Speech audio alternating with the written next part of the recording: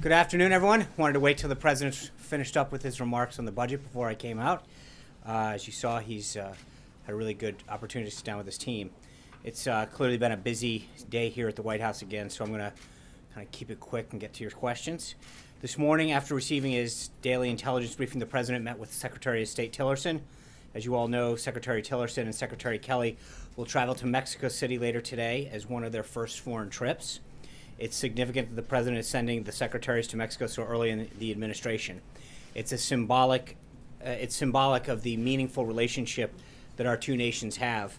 These are important meetings regarding the president's agenda to improve the quality of lives for both people of Mexico and the United States by combating drug traffickers and finding ways to bolster both our economies through a broader relationship that promotes commerce and legal immigration. This is a very encouraging start to a working relationship with an incredible neighbor to the south. At this moment, the president has just wrapped up his discussions on the federal budget with some of the officials and staff who will be instrumental in the work to put this country back on a responsibly fiscal path. Joining the meeting were Reince Priebus, the Chief of Staff, Steve Bannon, Jared Kushner, Gary Cohn, the Director of the National Economic Council, Secretary Steve Mnuchin of the Department of Treasury, Director Mick Mulvaney of the Office of Management and Budget, Russ Vought of the Office of Management and Budget, and Emma Doyle of the Office of Management and Budget. As the president mentioned last week, we look forward to presenting our tax reform plan and providing much-needed tax reform and relief to the hardworking men and women of our nation. The president's going to restore and respect the American taxpayer by enabling them to keep more of their hard-earned money and by making sure the federal government spends money more responsibly. After the lunch, the president will continue this important discussion with other members of the senior staff. Additionally, the vice president today is in St. Louis to participate in listening sessions with American workers and employees of the Fabric Cat Equipment and Engineer Dealer, a 100-year-old family-owned and operated business. During his visit, the vice president will discuss the economic comeback in store for our nation under the president's economic agenda and with small business owners and employees. The president has already made strides towards slashing redundant regulations through his executive actions, and we will work with Congress to enact further pro-growth legislation. Back to the president's schedule. Later this afternoon, the president will participate in his standing legislative affairs strategy session. Our legislative affairs team is in constant contact with our counterparts on the Hill, keeping an open dialogue on all aspects of the president's agenda. Last week alone, more than 40 different senator and Congress members of Congress visited the White House. On the Supreme Court front, so far, Judge Gorsuch has now met with 58 senators, 36 Republicans, and 22 Democrats, and he has more meetings already on the books for next week when the Senate returns to session.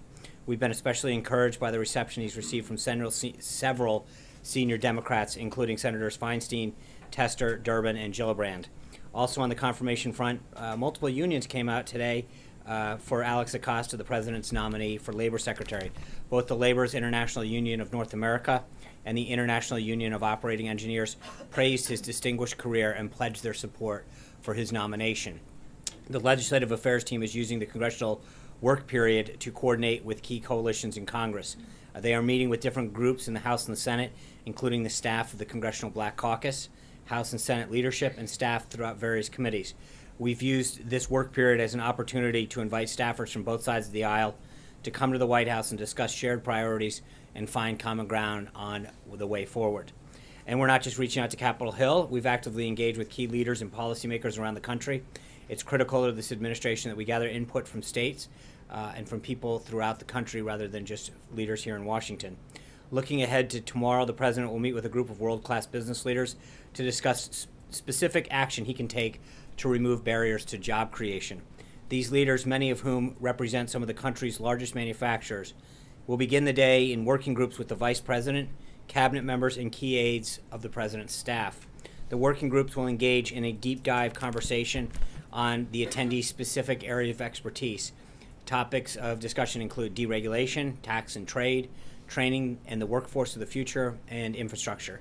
Vice President Pence will be engaged with each of the groups, and after the groups conclude their discussion, the president's staff will compile the feedback, and the president will sit down with the entire group for a listening session on some of their recommendations. As you can tell by the structure of the meeting, the president is expecting these interactions to lead to real action being taken by the administration. creating a dynamic and booming economy that works for all Americans, continues to be at the top of his domestic policy agenda. As a successful businessman himself, the president knows that if we're going to get the country back to work, we need to hear directly from job creators what is holding them back and, where appropriate, take steps to remove the barriers. In his first month in office, the president has already taken numerous actions to boost job creation, and key economic indicators are showing that it's working. CEO and confidence are up. The stock market continues to reach record highs, and the January numbers were strong. The meetings on Thursday will continue to build on that momentum. And with that, I'm glad to take some questions. Sean. Steve Holland. Steve Holland's not here. Sorry. Sean, how about Jeff Mason gets it. Thank you, Sean. Can you give us an update on the administration's plans with regard to transgender bathrooms? And can you confirm in schools, and can you confirm that there has been some disagreement between Secretary DeVos and the Attorney General on this issue? So I would expect further guidance to come out on that today. The president, as I said yesterday, is a firm believer in states' rights. When you look at the guidance that was issued under the Obama administration, first of all, let's remember, to the best of my knowledge, that was stalled, never fully implemented. And I think there were various reasons for that, several legal reasons and several procedural reasons. And so the Department of Education and the Department of Justice, both who jointly issued that guidance back during the Obama administration, are now working together again under a Trump administration. They've been reviewing the guidance that was signed, the basis by which it was put through, and I think there have been several areas of concern, both legal and procedural, that they have been discussing. And I think where you might be hearing something is more on the timing and the wording of stuff. The conclusions, everybody in the administration is agreed upon. There's no daylight between anybody, between the president, between any of the secretaries. I think there's been some discussion between the timing of the issuance and recommendations, or between the exact wording. But as far as the conclusions go, I've made this clear, and the president's made it clear throughout the campaign, that he is a firm believer in states' rights, and that certain issues like this are not best dealt with at the federal level. Sean. Sean, a report out today that some cabinet secretaries are bristling at what they see as the White House micromanaging staffing at the sub-cabinet Right. level. To what degree does the White House think that it should impose its hiring approvals on members of the sub-cabinet? And is some of this at least partially driven by cabinet secretaries wanting to appoint people who might not necessarily be aligned with the president's thinking? Well, I mean, I think when you come to, they're called political appointees for a reason. The idea is that people who come into this government should want to support and enact the president's agenda that he campaigned on with the American people. And I think one of the reasons that you see in recent polls is the president, people, even if they don't agree with the president, they give him high marks for following through on the promises that he's made to the American people and getting things done that he actually said, which is not always the case here in Washington. And I think that we want to make sure that the people who staff a Trump administration are committed to a Trump agenda. And that's, so cabinet secretaries and other administrators and directors have broad discretion. But I think at the end of the day, no matter what position you have, whether it's the lowest or the highest in the White House or in a department or agency, we should be making sure that people who are coming in as appointees of the president support the president's agenda. And I think that's one thing. This isn't about getting a job as a federal employee where you're subject to certain restrictions as to what you can and can't do as a benefit of being a federal employee. These are political appointees.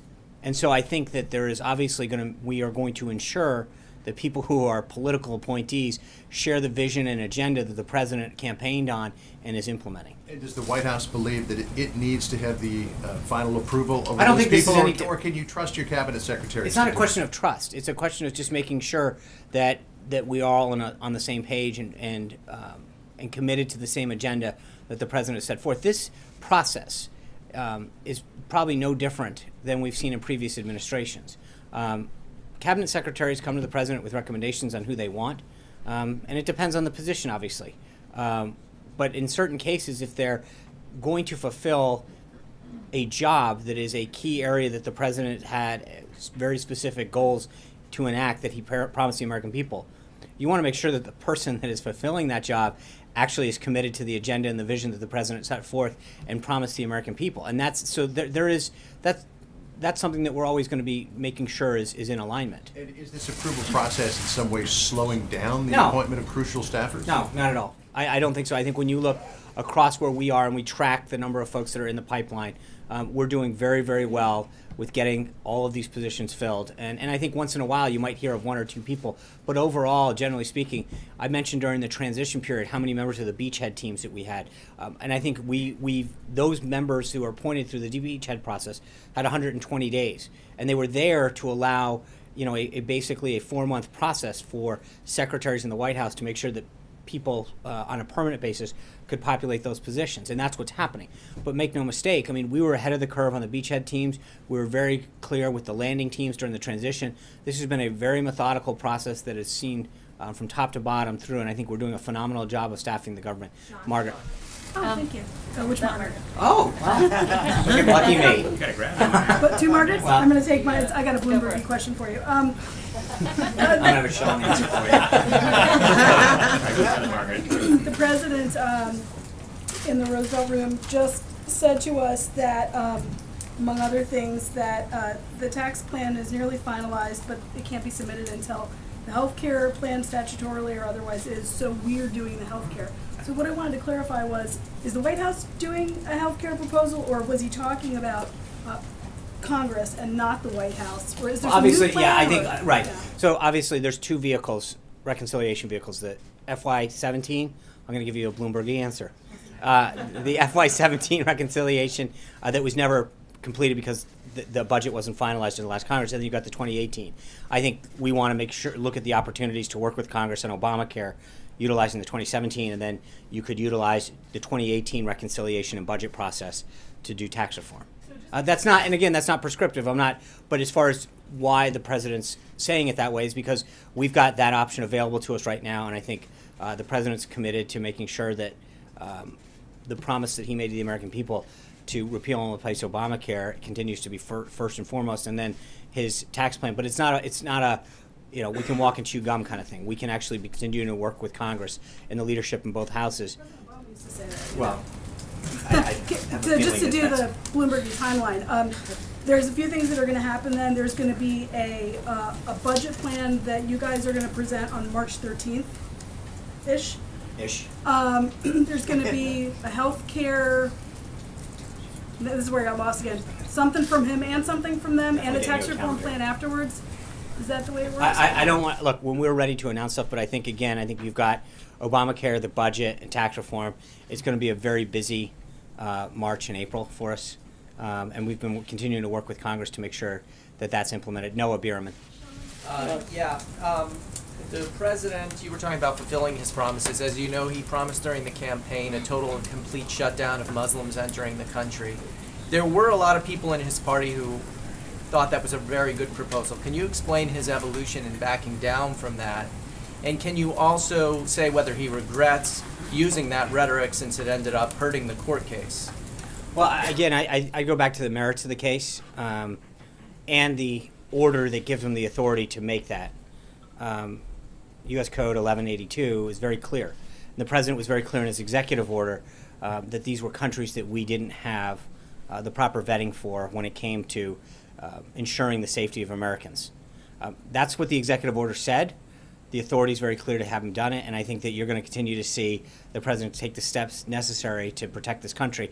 That's why he's talked about, fighting this on both fronts, making sure that we keep evolving through the court system on the existing EO, and then looking towards the next draft of the executive order that will continue to achieve the goal of protecting the American people. So that's where we are. That's what the order says, and so I think we continue to feel confident that that's. But it was crafted in a way that was very clear about the countries and was not focused on anything else but the vetting requirements that we have to make sure that we know who's coming into this country and that they're here not to do us any harm. But when talking about fulfilling his promises, can you explain why he decided to back down from that one? Because I know you I don't think differentiated this from I think that he's promise. made it very clear, Noah, from the beginning, that this was a country-focused issue, a safety-focused issue, and that's why he issued. I don't see anything other than that with reference to that. Deborah Saunders. The Oscars are Sunday night. Will the president be watching? If there's a Meryl Streep kind of moment, how do you think he'll react? And why, if this has happened at other award ceremonies, why do you think this happens? What do I think? What happens? Actresses and actors like Meryl Streep. I have no idea. It's a free country. I think Hollywood is known for being rather far to the left in its opinions, and I got to be honest with you. I think the president will be hosting the governor's ball that night. Mrs. Trump looks forward to putting on a phenomenal event, and the first lady's put a lot of time into this event that's going to occur and welcoming our nation's governors to the Capitol. And I'm feeling that's where the president and the first lady are going to be focused on Sunday night, and so we'll go from there. Yeah. John, the president's going to have a big audience next Tuesday in the joint address to Yes. Congress. Does he have a set of goals in mind for the speech, and do you think we're going to see some specific policy rollouts as part of that speech? I think that the speech is going to focus. I mentioned this yesterday. I think it's going to talk, remind the American people what he's done already, and make sure that he explains to them not just because of a sense of accomplishment that in moving this country forward, but because I think it's important for the American people to know that he was an agent of change. He came here to get things done, and he didn't waste any time. He's committed to keeping his word. And then I think he's going to lay out his vision and talk about things like education and healthcare and infrastructure. The problems that we face as a country, the violence in some of our inner cities, but also some of the solutions that we can act on and some of the partnerships that we can create. It's obviously still a work in progress, but I think it's going to look forward to where he wants to take this country and talk about working with Congress and other leaders throughout the country to get things done. But I think in the drafts that I've seen so far, it is going to be a very strong blueprint of where he wants to take this country. In the past, I think a lot of presidents, or some presidents rather, have gotten into very detailed specifics. I think you're going to see him try to talk about policies in a broad sense of where he wants to take this country and what defining success is, what that goal means. But it's still a work in progress, and hopefully towards the end of the week we'll Is the tone going to be optimistic, Absolutely. sunny? Yeah, I think this is an opportunity for him to lay out a very positive vision for the nation, and to really let America know where we can go and how we can get there, and the potential that we have as a nation. Anita. Just piggybacking on that, and then I have another question. Will he, I know past presidents, including President Obama, immediately hit the road after, I know this isn't a State of the Union, but something like a State of the Union address, to sell policies. And since you're saying it's more of a vision, does he anticipate going Yeah, I think around there'll be the some country? travel. I don't want to. That's evolving right now. There's a lot of things that we're trying to look at, and I think as we look at the speech and some of the objectives and goals and vision that he's sharing, talk to him about potential places to go to highlight that. But I think you're going to see, a fair amount of visits in the next few weeks to highlight some of the places that he wants to take it. And then the other thing was, I've seen members of Congress were here last week. There's the legislative meeting today. Yeah. It feels as if we haven't seen as many executive actions, or executive orders. I know we have the one vetting one coming out this week. Are we in a different phase now that he's sort of done the executive orders that he No. wants to do, and we're going to We legislation? have several that are in the pipeline, and part of it is just these days are focused with these meetings and getting things done and trying to plan ahead. And so as we see fit and as the implementation process of a lot of these goes through the process, we'll have plenty more. But I should. That there's more legislative emphasis right Well, now. it's a both, and I think part of this is we work through Congress. Anita, these are big things, right? We're talking about fundamental tax reform, something that hasn't happened in our nation since 1986. The repeal and replacement of Obamacare, which was mammoth, and I think part of this is that those things take time. He's got a joint address on Tuesday. There's a lot of things that are happening, and therefore we need to kind of make sure that we appropriately use the schedule. But I can assure you that if you've missed executive orders, you're going to see a bunch. I just want to make sure you know. Jonathan Karl. Sean, I want to ask you about the town halls and Yeah. what we're hearing about Obamacare. The president referred to so-called angry crowds at these town halls. Is he suggesting this is manufactured anger, I think- that this is not real anger and real concern? Yeah, thanks. I think there's a hybrid there. I think some people are clearly upset, but there is a bit of professional protester manufactured base in there. But there are people that are upset. But I also think that when you look at some of these districts and some of these things, it is not a representation of a member's district or an incident. It is a loud group, small group of people disrupting something in many cases for media attention. No offense. It's just, I think that necessarily, just because they're loud doesn't necessarily mean that there are many. And I think in a lot of cases that's what you're seeing. Does the president doubt that there's real anger and No, real I just said concern that. out there beyond just a few loud agitators? That there's real concern that people may lose their But they won't. healthcare facilities? See, I think that's a false narrative, and I don't. The president's been very clear. Look, you have to look at what our healthcare system is right now. In so many counties around our nation, we've gone down to one provider. That's not choice. That's not access. And then they're going in a lot of cases and they're saying we're not taking Medicaid, we're not taking TRICARE, we're not taking the insurance you used to have, the doctor that you used to have isn't participating anymore. And oh, by the way, states like Arizona, you've got over 100% increase in premiums. 112, I think, was the number there. In many states, it's double digit.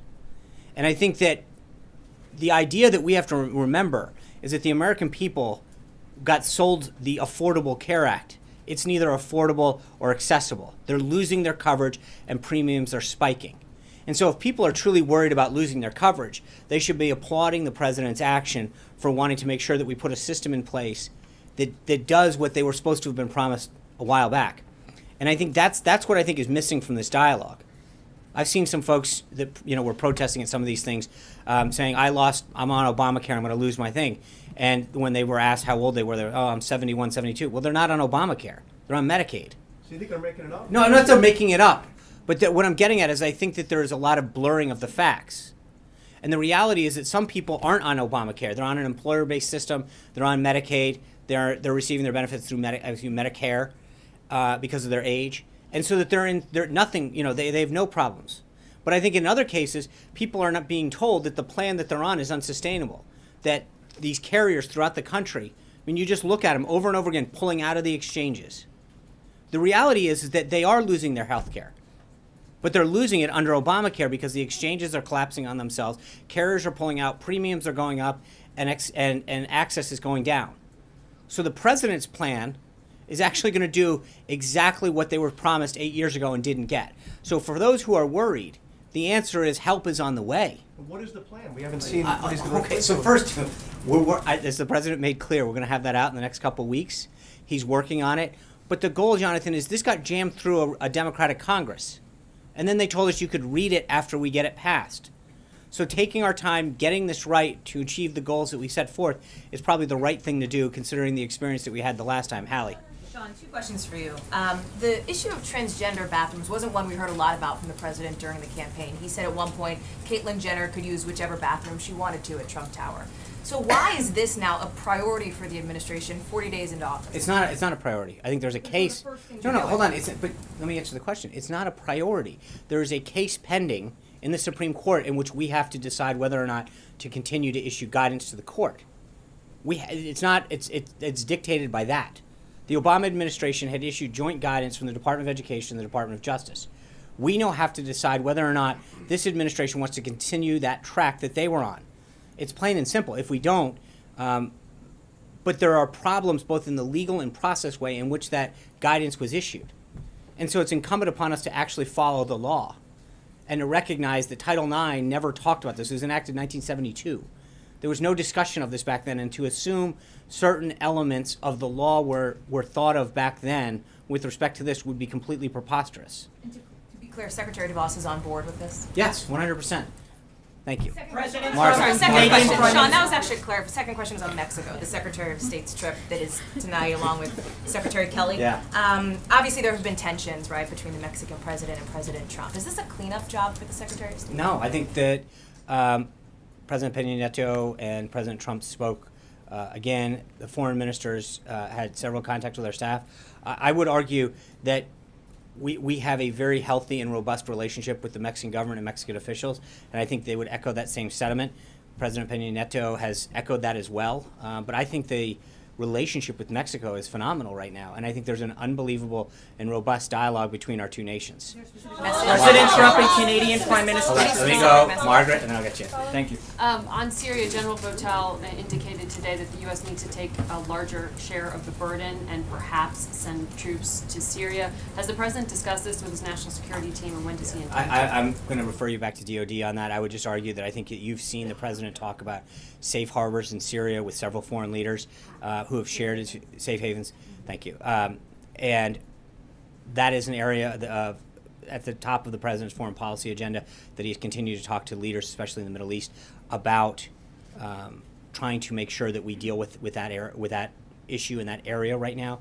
But I'm not going to get ahead of the DOD on this, and then when they have recommendations, they'll make them forward to us. Is there an NSC President- on it, though? Has he talked? Has the President? I'm not going spoken to. I will if I have an update, I'll give it to you tomorrow.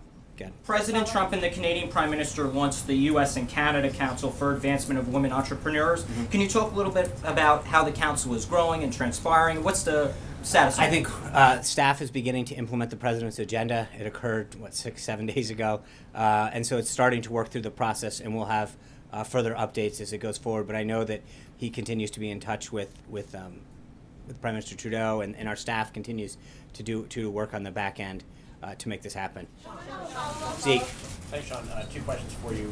One, earlier in the conversation with John about does the White House not have confidence in its cabinet secretaries if it's looking sort of over their shoulders into whom they're taking? Does the White House does the President not trust his cabinet secretaries and appointees and agency administrators to staff to find people who agree with the President's agenda? No, not at all. I think there's a big difference. The President named these folks because they're an unbelievably qualified individuals. Part of it, though, is that you're staffing major departments. I think we've got somewhere in the area of 5,000 positions to fill. And when you're filtering through a good number of people, I don't even think the secretaries, at some degree, depending on the department and have a full background on some of these individuals. And so as they get pumped through the pipeline, there are questions. And again, there are areas of that are of key priority to the President that he campaigned on. And I think that when he wants to make sure that certain of those individuals who are going to be overseeing key priorities that he promised the American people have somebody who is not only qualified, but agrees with and shares the President's vision to fix whatever problem that was or fulfill whatever vision that he articulated. But I think that it would almost be malpractice not to do that, to allow people to fill a job, a political appointee job, who don't share the vision and agenda of the President of the United States would almost be ridiculous. I mean, it would be silly on its face to suggest this. I don't think there's any administration in past history that would literally willingly take on somebody who was adamantly opposed or spoke out specifically against what the President was seeking to do, and then have them fulfill a job to carry out that mission. It doesn't seem as though it makes any sense. Yeah. Second thing, real quick, on the we're coming up a week away from the deadline the President ordered for his review of the counter-ISIS strategy. What's the status of that review? The President tweeted over the weekend that he was meeting with a bunch of generals. Yeah. Was that regarding that review? He is. I think General Dunford and Secretary Mattis have begun providing him updates on that. I know that the new National Security Advisor is getting brought into that process and continuing to update. So we'll have further updates, but the team has been working on it since the President issued the guidance. Yeah. As far as the second executive order is concerned, what is the White House doing differently in terms of consulting with various departments to make certain that the second executive order passes constitutional scrutiny? Well, I think we've done a few things. One is I think we've been very clear about understanding what the court said and trying to tailor that specifically while achieving the same goals of keeping America safe and ensuring that people don't come into this country that seek to do us harm. That's number one. Number two is, we continue that, and that order is basically completed. I think what we're now doing is working with the various agencies and departments to make sure that the implementation of that is done in an extremely smooth way. So we have looked at it from both a process standpoint as well as a legal standpoint, and I think it's achieving the goals. But again, I would also mention that on the merits, we can see. I believe that the first order did just that. It was written in a way, and I think ultimately we will continue to prevail on that because it is written in a way that is clear and consistent with U.S. code and the authority that the president has to protect the nation. Katie. No matter what happens as it relates to the second executive order, it's almost likely to face a legal challenge. Sure.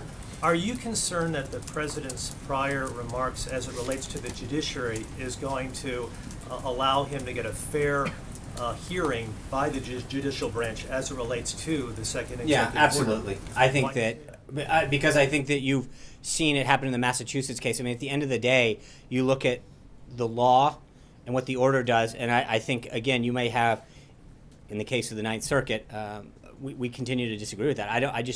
I think, the president's pointed out, you don't have to be that high up, in grade school to recognize what the code says, what the authority that is granted to him, and then what the order does. I think the things that they brought out in that order, I mean, in one of the cases they suggested there's been no people that have entered within the 7 countries, and a quick cursory look found, upwards of close to 20 people that had come in. So some of the basis for which they decided the case on doesn't actually pass muster. And I think any other judge or judges that look at that order or the one that will be put forward will come to the same conclusion. Katie. Sean, I wanted to ask about the president's budget priorities. Yeah. What specifically is the president increasing spending on? Where is he decreasing spending? And how much money specifically is he asking for the 5,000 new Border Patrol agencies asked for? So I'm going to refer you back to Margaret's question, and then we'll have something in mid-March as we put that out. But I'm not going to get ahead of Director Mulvaney. No, I mean, it's not. Look, he just had a meeting where he's continued to work out. They're providing him back and forth. I mean, that's the idea of crafting this budget, and until we put it out on paper, I don't want to get ahead of Mexico. Hold on. Sean, Yeah. thank you very much. Back to Mexico, Videgaray and many officials have said this morning that they're not going to accept the directives that were put out by the White House and by DHS yesterday, and they may not take anyone that's not a Mexican immigrant. What are you guys going to do with those people that I think Mexico will not Secretary accept? Tillerson and Secretary Kelly are going to have a great discussion down there and to walk through the implementation of the executive order. But I feel very confident that any country who has a citizen that comes into this country and that we send back, we'll make sure that they comply with this. David. I have 2 questions about immigration. I'll just ask them at the same time. One, the president has talked a number of times about millions of illegal immigrants casting votes during the election in his mind. You guys have promised to look into that. It seems Right. like there was no mention of that in any of these directives to look for these immigrants. Does the president still believe this Yeah, I mean, national he's security mentioned that problem? Vice President Pence will lead a task force on this. Where would we stand on that, though? He named the task force, and the Vice President is starting to gather names and individuals to be part of it. On the other question I had about DACA program, yesterday you suggested, well, we have to go after hardened criminals, Right. and, major national security threats first. But during the campaign, the president talked about DACA as being an unconstitutional executive amnesty. Does he still think was an unconstitutional use of President Obama's powers? And if so, I does think, he yeah, I plan- think, and I said this yesterday, David, but the president's very clear about his priorities with respect to immigration. Yesterday was focused on going after people who are a concern, a public safety concern, and we're going to walk through this very. We will get back to you on that. Right now, the focus is on keeping the country safe and making sure that we walk through. Shane. I want to ask on immigration as well. Given all of the push on deporting illegal immigrants, I wanted to see if this White House and President Trump have any interest in curtailing legal immigration going forward. Again, we got to look at this from a priority level. Right now, there's millions of people in this country that are in the country illegally. I think the focus continues to be that 800,000 or 900,000 that have already had an order to have them removed and get them processed through in a way that continues to keep America safe. Legal immigration obviously is a completely separate subject, and that includes visa reform and all that other stuff. The president's talked about that. He's talked about it with business leaders, H-1B visas, et cetera. You're going to see more of that coming, but I think there's a prioritization of how we deal with immigration, both illegal and then legal, and we'll have more on that later. I got to run. Thank you guys very much. We'll see you tomorrow. Take care. Can you name the task